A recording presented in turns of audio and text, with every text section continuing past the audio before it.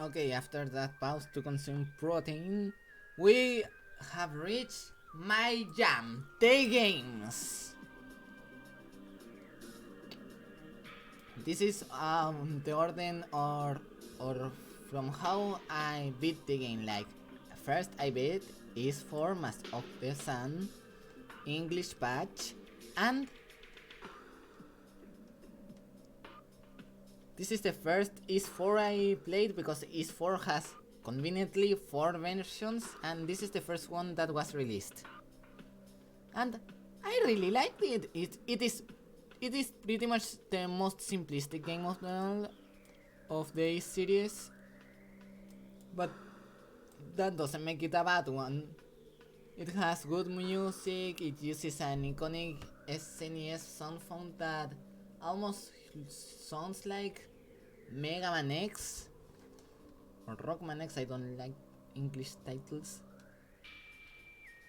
And it's not that special, to be honest. There is someone who hates these games and thinks it's the worst is game. I don't. I think is personally would give it an 8 of those 10. Objectively is pretty good. Yeah, I'm gonna crank it above Ghost Game. And now I present you the masterpiece! Metroid Prime 1 and 2 are my favorite games of all time. And the remaster, I liked it as well a lot, but I don't know, I think I enjoyed it less than the original. But that may be because, well, it was Metroid Prime, it came out right now. Oh, when they announced it, it was one of the most legendary moments in all Nintendo Directs. And of course I wanted to make a video about the songs of the game, so I had to beat it pretty soon, so I can force myself to speedrun the game, and maybe that diminished my enjoyment. And it's still one of my favorite games of all time, even with the added pressure.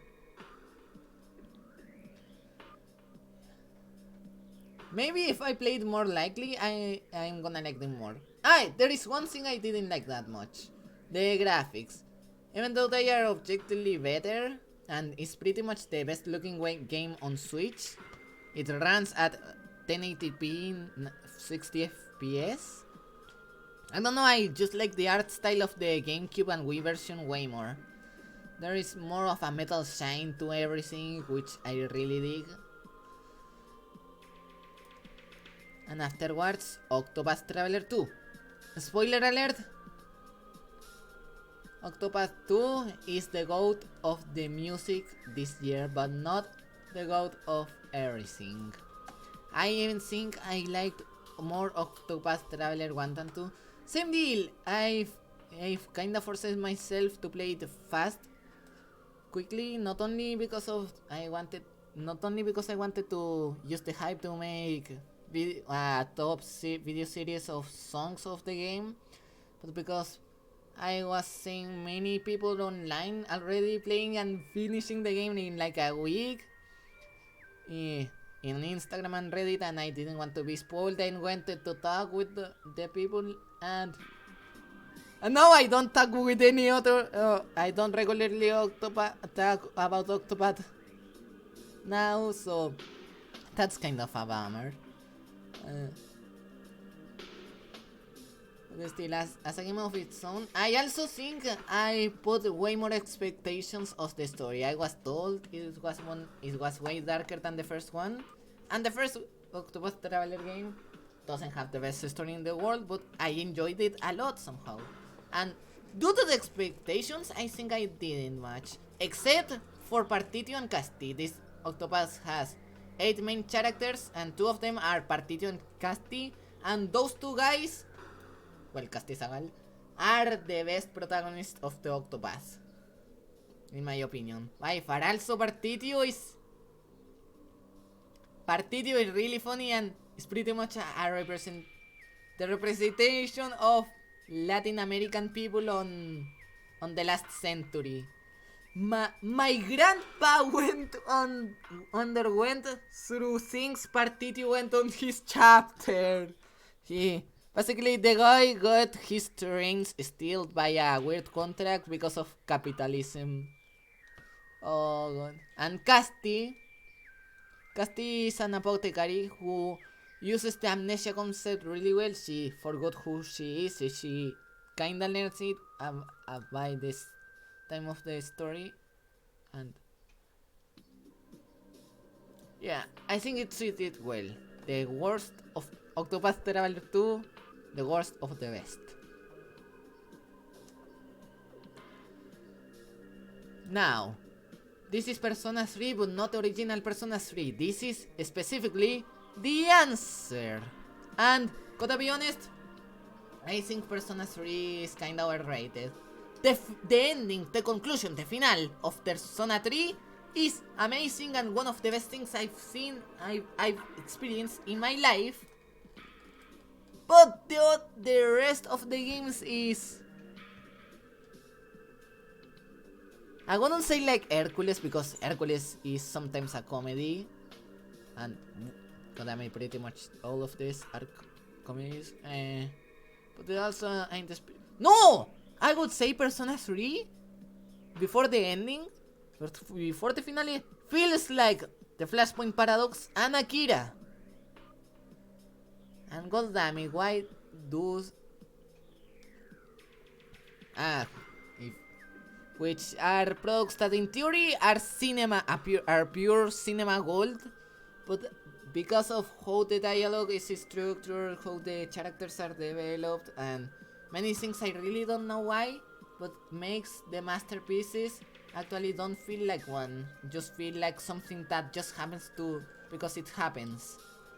But this is not for the original journey of Persona 3. This is the extra epilogue chapter called The Answer, which is one of the worst things in all history of mankind, according to the original journey, according to the original fans of the Persona 3 journey. But I am crazy, and I enjoyed The Answer more than the original. The ending of the journey is better, but being better than the end of the journey of Persona 3 is difficult. And The Answer also ended pretty well, and I also liked how, because of no social links, it was more direct. I say it had better pacing than the original Persona 3.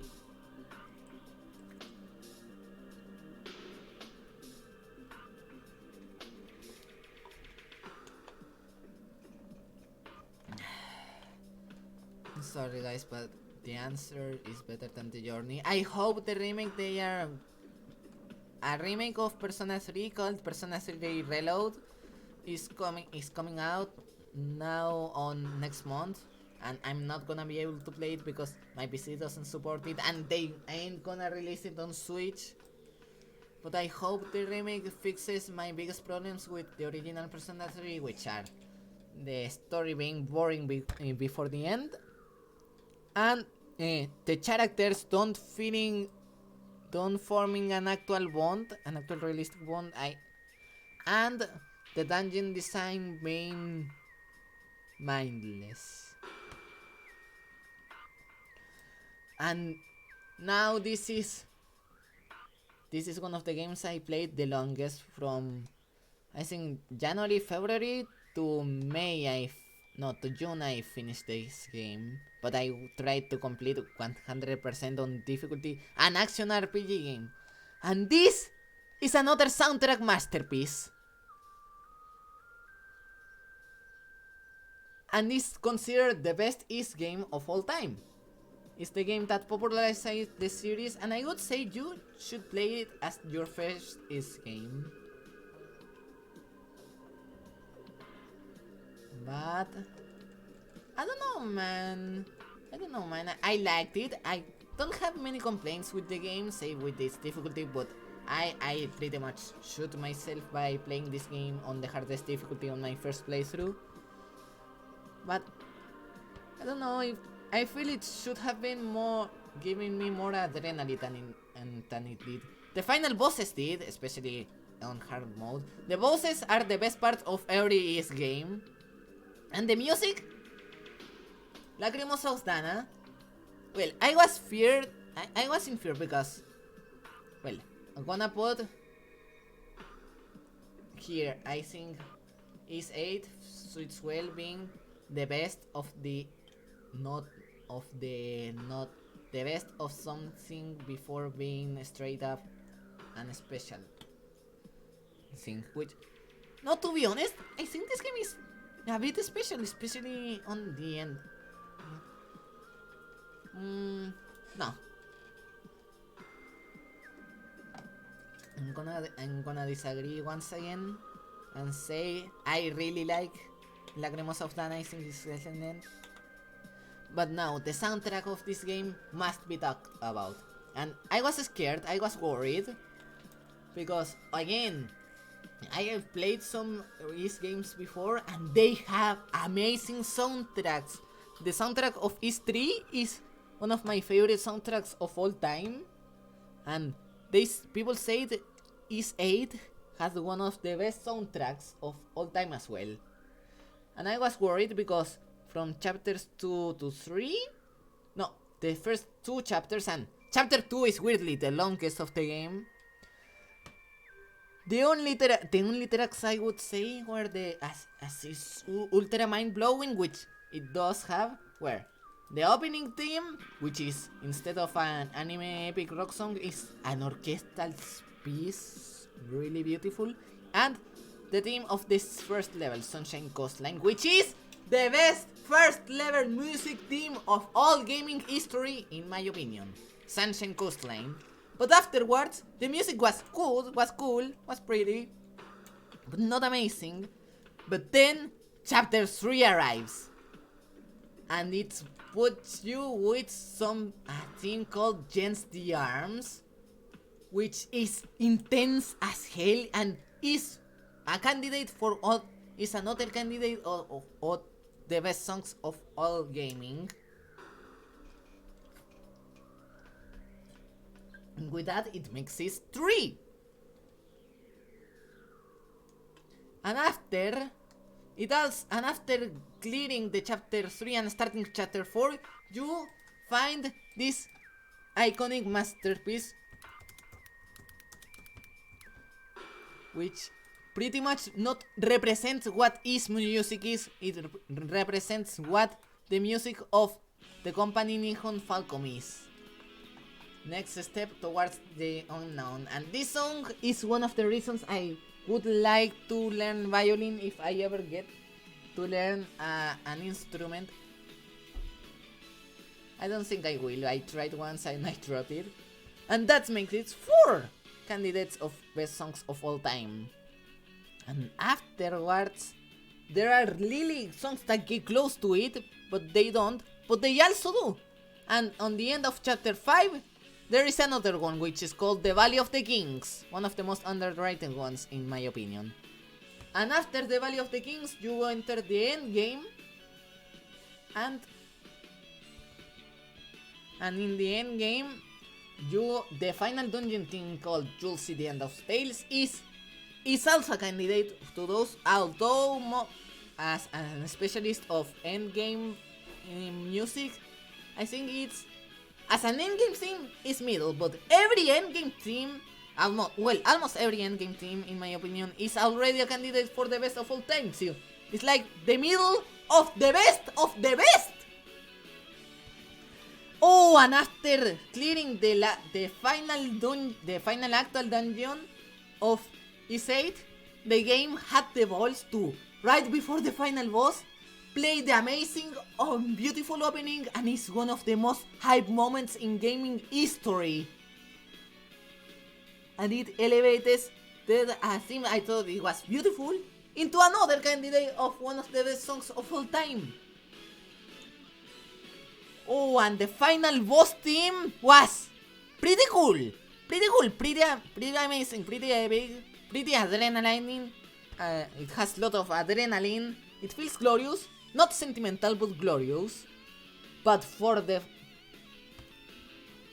and but to fix that, this game has two final bosses. The normal one and the true final boss. And the true final boss has straight up one of my top 10 favorite songs of all time, which is called A to C. Which I'm not gonna show right here because it deserves to be discovered on your first playthrough. But that song is all I want in a song.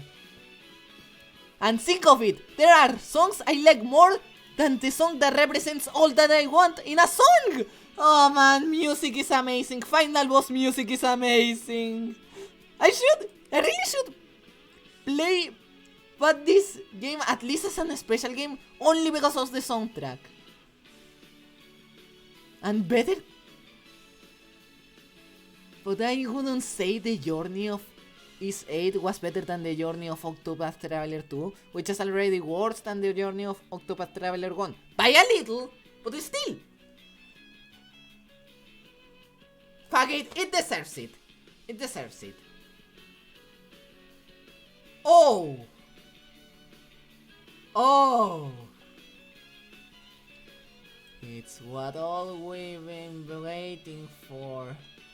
If you have seen my TikToks, you already are gonna expect that this thing is only here because of placeholder, and I'm gonna move it after drinking water.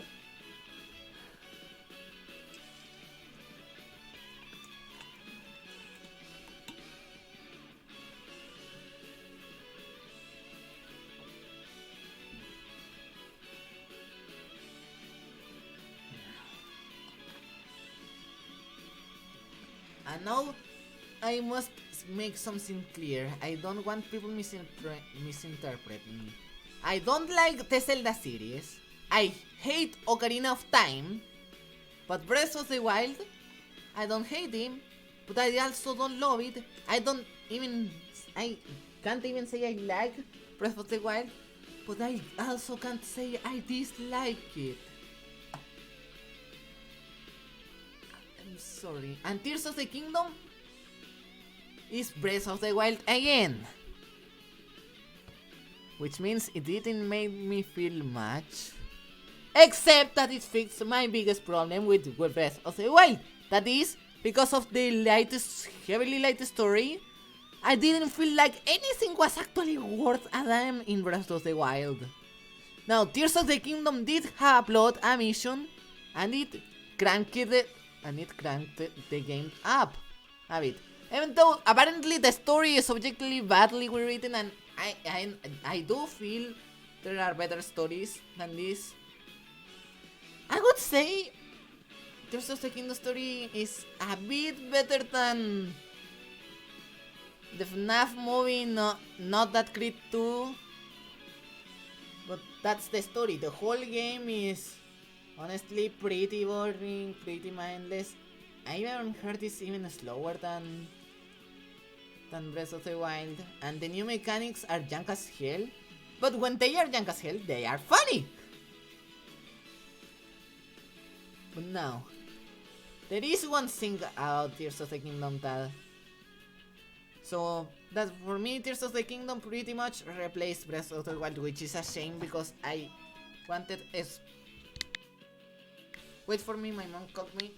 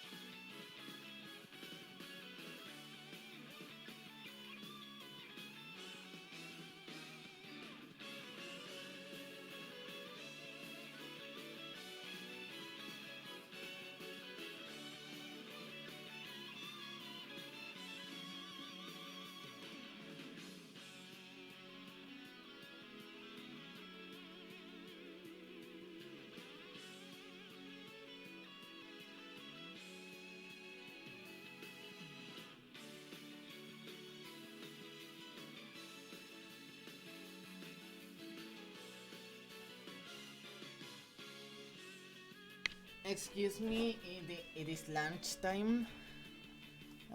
I had to. My grandma, in collaboration with my mom, gave me some pretty good lunch. I'm gonna be eating now because it is time. I normally eat lunch like at 1 p.m. It's 3 p.m. already. Don't guys, you gotta be good with your dinner times. Well, where was it? Ah, yes. So Tears of the Kingdom pretty much replaced, in my opinion, Breath of the Wild, which is a shame because Breath of the Wild has an advantage that Tears of the Kingdom doesn't. What is that Breath of the Wild is no more, no less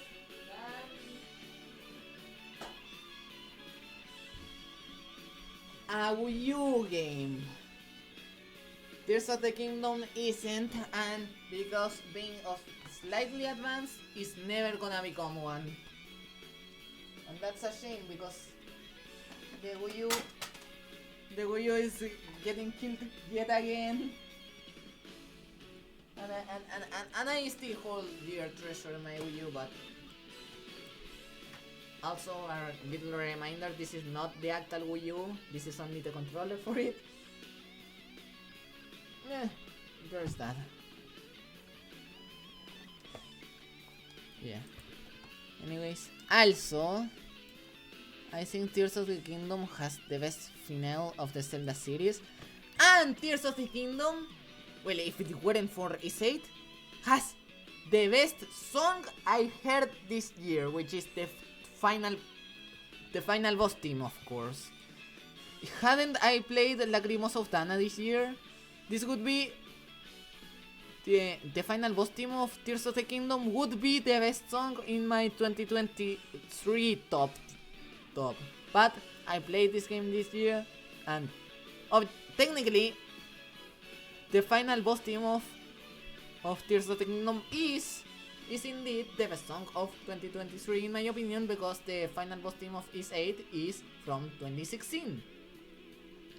But this is my tier list, and I'm sorry, I'm looking for any possible excuse to not give Zelda the praise I think it doesn't deserve. I'm gonna find the ultimate extra mile to say Zelda is not the best thing ever.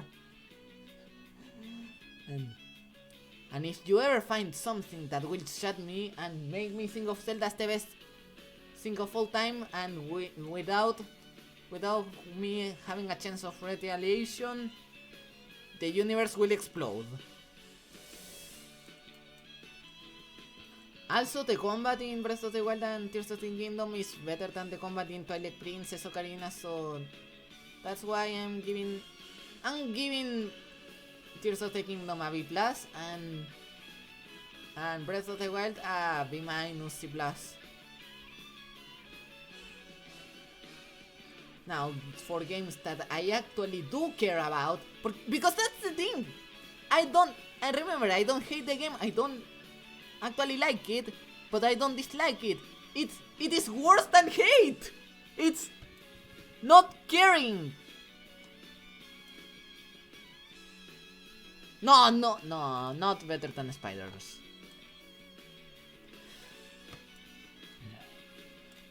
Monkey Kong Country Returns. This is Donkey Kong. This is the game for the video I wanted to record with you when you were with my cousin. Donkey Kong Country Returns always has been one of my favorite platformers on the Wii, on the 3DS. It's pretty much an iconic game for me, and it's one of the first hardcore games I ever finished, and playing it again on Japanese was an experience. I didn't complete the game. I tried. That drag it down, but the whole journey when you not care about completing the game is hella satisfying. I think I like it more than Tropical Freeze just because it has a conclusion that pays off better. Like, Tropical Freeze is overall a better journey, more interesting, more amazing, and And the final world of Tropical Freeze is one of the best final worlds in any 2D platformer. But the final boss is just okay, and that makes it anticlimactic. Mana, Donkey Kong Country Returns in Japanese, in 3D, in 2D, in Wii, in English, in German, in Spanish, masterpiece. And now, Mario Kart DS. With Mario Kart, it happens to me kinda something like what happens to me with Zelda, like because everyone praises it, and I don't love it.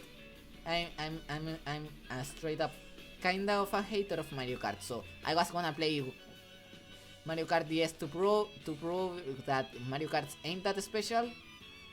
And this game did shut my mouth. I'm sorry. Mario Kart DS really is pretty damn good, pretty damn excellent. I played it in Japanese because I played it American long time ago.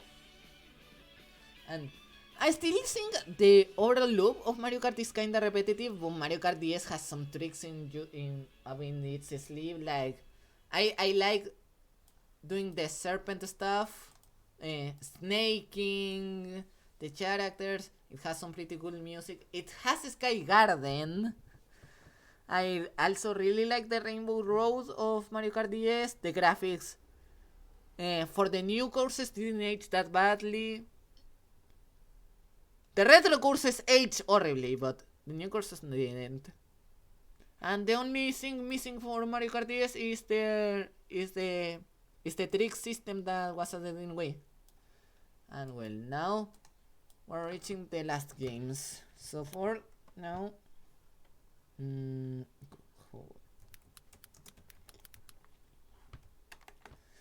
yes, ladies and gentlemen, we got it. This is my GOTY. Kirby Return to Dreamland on the Wii already was one of my favorite games of all time, and unlike the remaster of Prime, which I liked less, this is the one remake that I like more than the original. Well, remaster. Kirby's Return to Dreamland Deluxe doesn't have anything that's truly worse than on the Wii version. Except one thing, which is something that I can bypass, which is speedrun potential for the 100% category, because with the added party mode, you gotta clear missions in the party mode, and completing them takes like 10 hours, 15 hours. It's not like in the other hand, on the Wii version, you just can boot up a new file and play and just get everything in every level, and that's a really cool 100% run.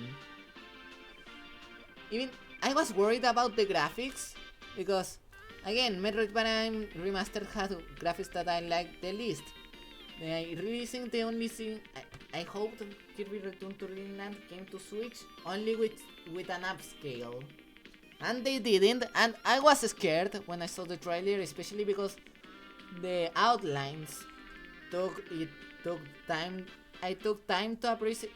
It took me time to get used to the outlines, but when I did, I didn't hate them. And so Kirby Star Allies, in my opinion, looks worse than the original Return to Dreamland on the Wii, even for the character models.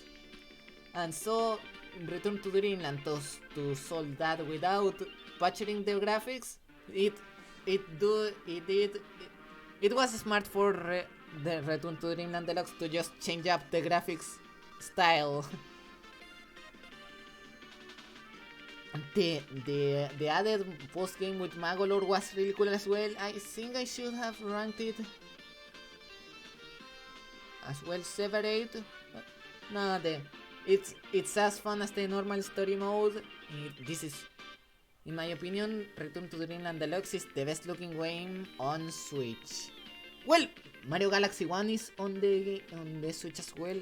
Maybe it's between these two. And many people say Planet Robobot is better, but my nostalgia kinda blinds me. But I've been playing the game for years, but I did my best effort to look at this game critically when I played this through this year. I played it 100% again, 200% technically. I'm sorry, I still think is the best Kirby game ever made. That might change when I replay Robobot. But for now, one of the best games ever and my GOTY. Now for shorter games, the FNAF games. We're gonna leave them here for when I think about them. And oh damn it! I placed them right where I think they belong. After years with being a fan of FNAF who hasn't played FNAF, at last I did, and surprisingly I really like them. FNAF 2 ain't as scary because you kinda know when an animatronic is gonna kill you, except Freddy on the right door. But FNAF 2 was intense! Better than Oppenheimer. I'd say so. The only thing keeping these games actually being special games is that they feel like mini games, with how short they are, but that also means they don't overstay their welcome. Yeah, I liked FNAF 2 more than 1, but I already liked 1, and I'm gonna stream this year playing myself FNAF 3. Starting with FNAF 2, these are the last 8 games I rushed to finish in the month of December. Continuing with Kirby Superstar or Hoshinokabi Subaderaxu, which I'm also playing high.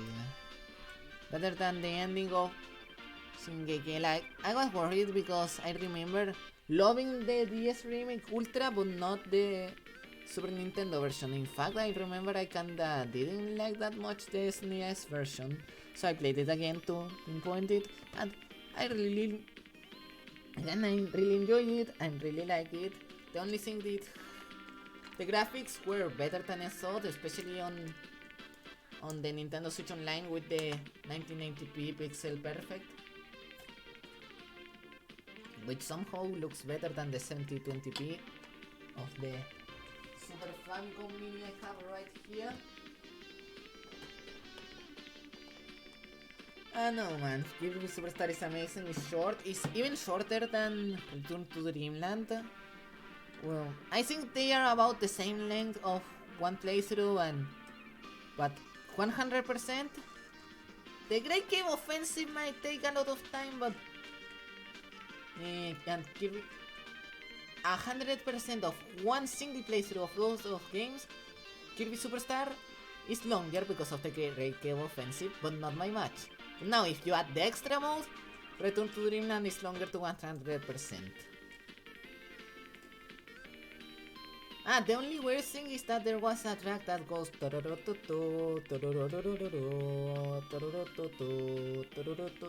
on the Ultra version, which I expected to listen like Dyna Blade on Heavy Luster, not for Heavy Luster is that dun dun dun. Which no, for the Super Nintendo version, the only boss which unique musics are Meta Knight and the final boss Marx. Fun fact, Kirby is a communist, but he is a bad communist because he is also anti-Marxist. Yeah, I think this is a good place for it.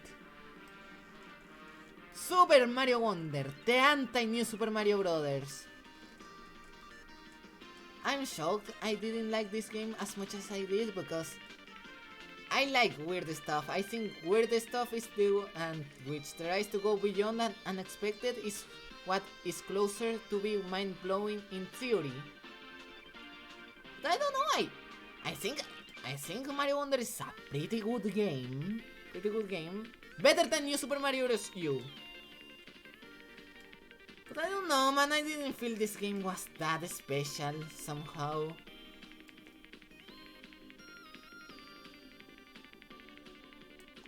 I think it fits well there.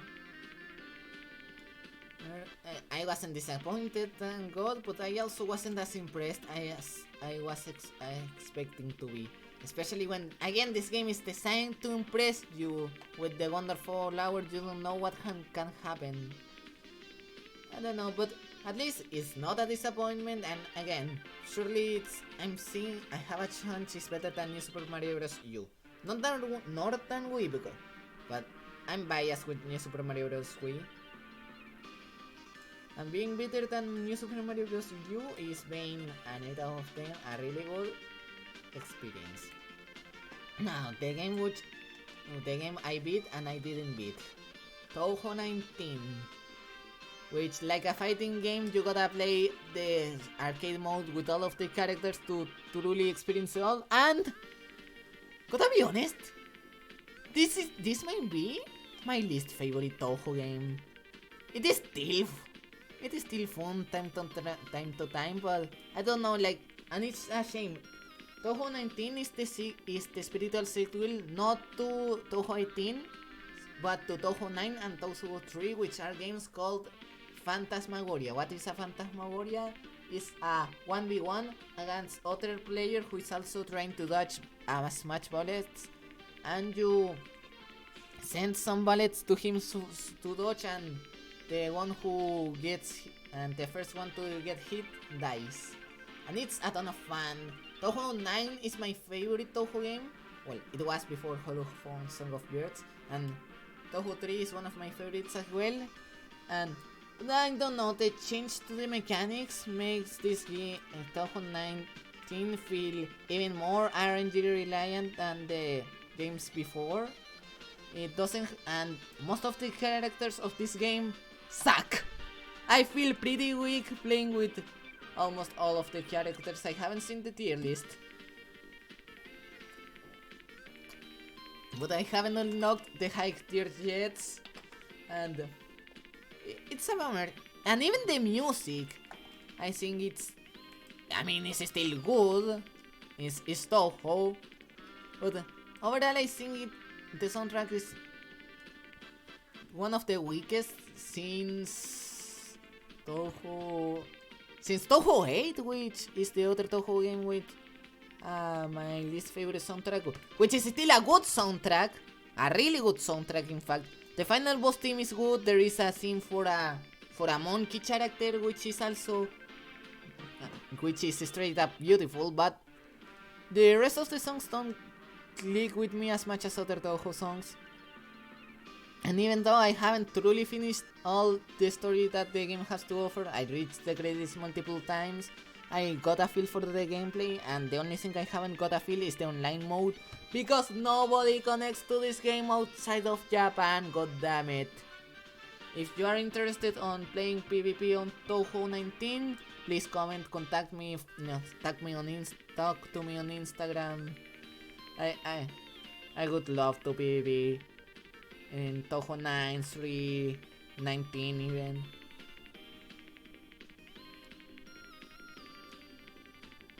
And let's continue. The legend here we have before and before. Which one I like more? Before, of course. Which one I like the least? Before. Which is the best game? Which game has the best soundtrack? Before. Which game has the best characters? Before. Which game has the best gameplay? Before. The winner is before. Now, coming back to Pikmin 4 is one legendary game, because we thought it was never gonna happen, and it did. And I think I like Pikmin 3 better.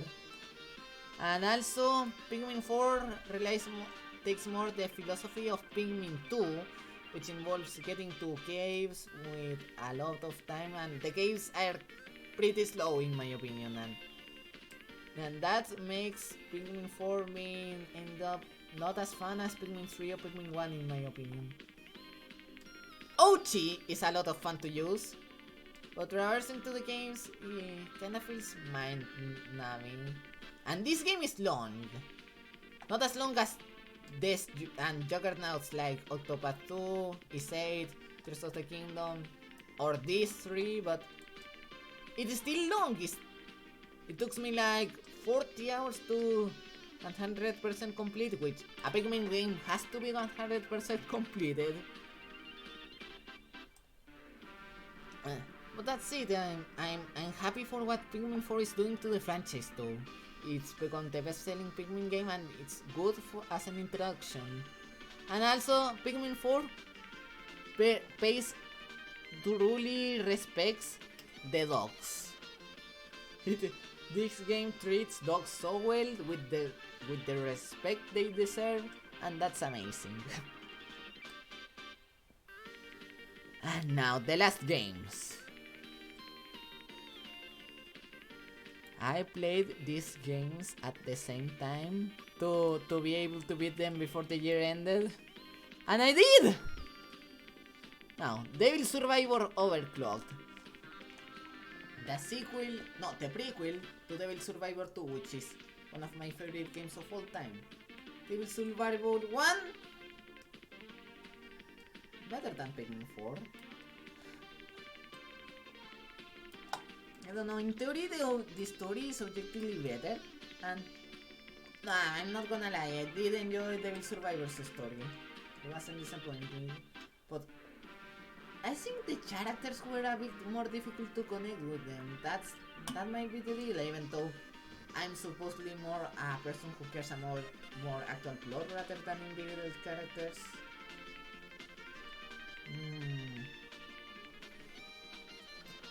Also, I only got time to finish one of the endings, which would be the Atsuro ending of the character of Atsuro, and which was the most hated ending, and I don't know, I didn't find it that bad. In fact, I found it good. It was kind of a happy ending, and they say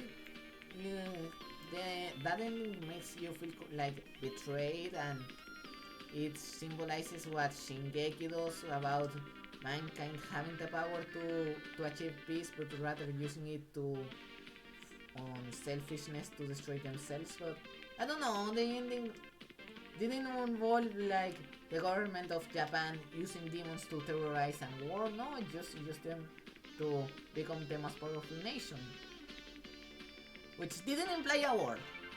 There is a warning from an angel that says that ending could lead to war and destruction, but that's if you fall to the temptation of the power. I'm gonna objectively, I'm gonna crank it this high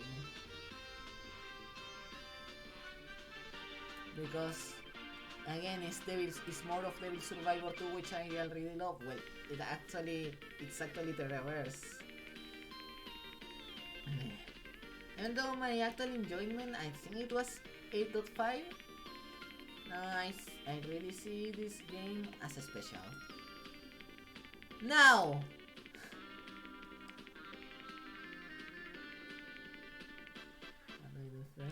I finished these both games at the same time. No, almost at the same time. The credits rolled in Persona 4. 10 minutes later, the credits roll in Unlimited Blade Works. So, Persona 4 is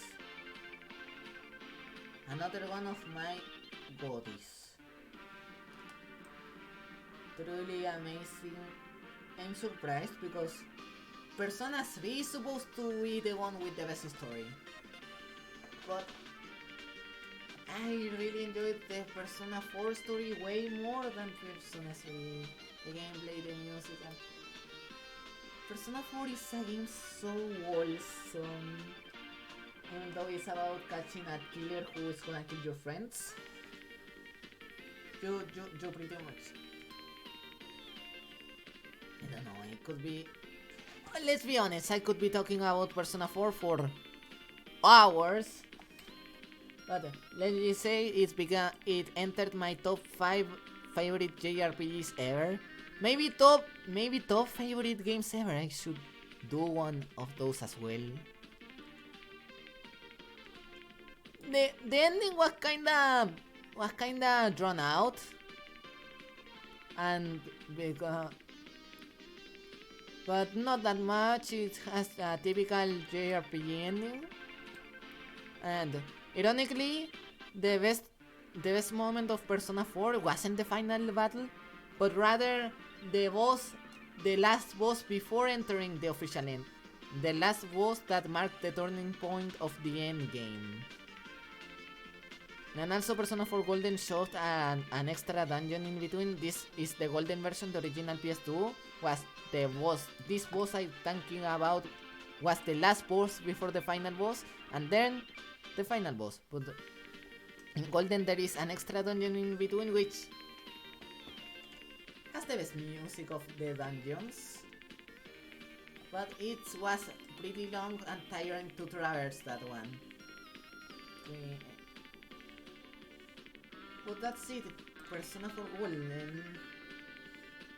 Better than the one that used to be my favorite game of all time. Better than my actual favorite game of the year.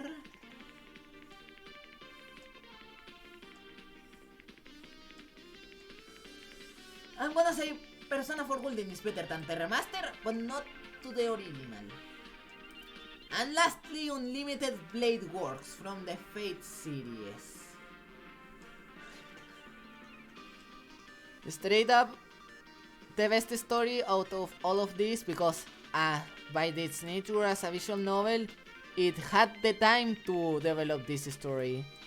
More than an RPG. Above Donkey Kong Country Returns? Yes. I honestly can't say much. Last year I played the Fate route, the Saber route, and the Unlimited Blade Works route is pretty much the second, and I think I enjoyed them equally. Now, the Saber route was one of my top games of last year, and I deem it as a masterpiece. I was expecting to enjoy them differently, especially because I've been told there are many different opinions of the third route, which I'm gonna be playing this year. But no, Unlimited Blade Works is pretty much on par with the Fate route, which is a good thing because, again, I still deem it as a masterpiece. And this is it. Now let's qualify the best and the worst. The worst movie was Saint Seiya the Beginning. Sorry, Dad. The best anime series was one that shouldn't be actually be the Ascar series, and well, the second place of that was the YouTube book of SM4. No, I'm not confident with that.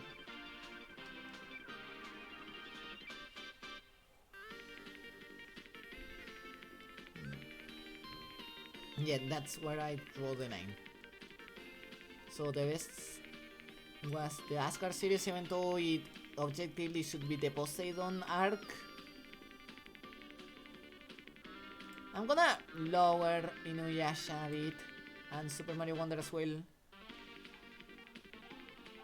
Yes, I'm gonna play Wonder above Ghosting, but below is 4. Yeah. And the worst game was... I didn't want this to happen! To showcase how I don't truly hate Zelda, except Ocarina of Time, but I also don't really like Zelda, which is instead, and to showcase not caring is worse than fully hating. Zelda must not be the absolute worst. I must not give it the award of being the worst, because I want to give no awards to Zelda series. But sadly, I gotta give Tears of the Kingdom the award of the worst of the game I liked the least this year.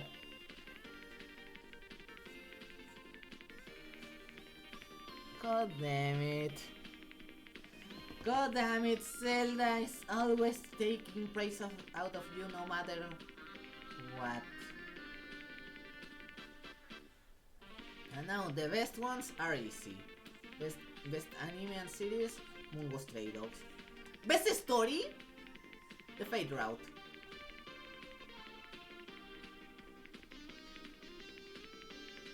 I mean unlimited play works. But as an experience, as a whole, Bungo Stray Dogs. But again, they are only 0.25 points away. But say Yatsura better than Unlimited Blade Works? That seems wrong. But say Yatsura did become my favorite, no doubt.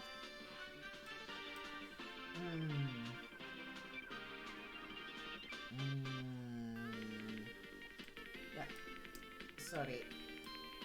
Sorry, Bungo Stray Dogs. Sorry, I'm sorry. Technically, you still count as my favorite anime, and it's one of my favorites. But this is for my favorites of the favorites. This is the tier that I'm gonna love no matter what. But damn it, no, I do love Bungo Stray Dogs no matter what. I think that's okay. Season 4 masterpiece, Season 5 amazing. And now, best movie, I already told you. Spider-Verse by a long shot. The next movie is here. And that's it. I'm sure I'm gonna make an award season. And so here is the ranking of 44 movies. How many animes? I think they were dividing on with the sagas, and I'm gonna count SM4 as an anime. Dividing with the sagas. 1, 2, 3, 4, 5, 6, 7, 8.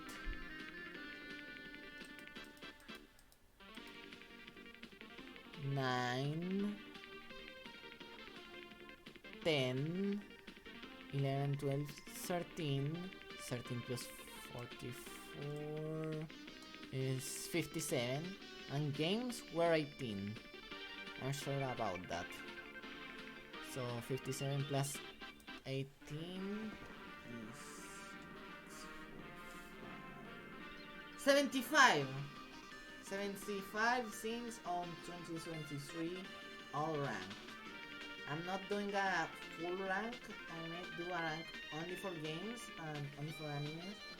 Movies, that's Staff Ligas' job, and again, I don't want to be known as a cinephile, I want to be known as a gamer and tattoo.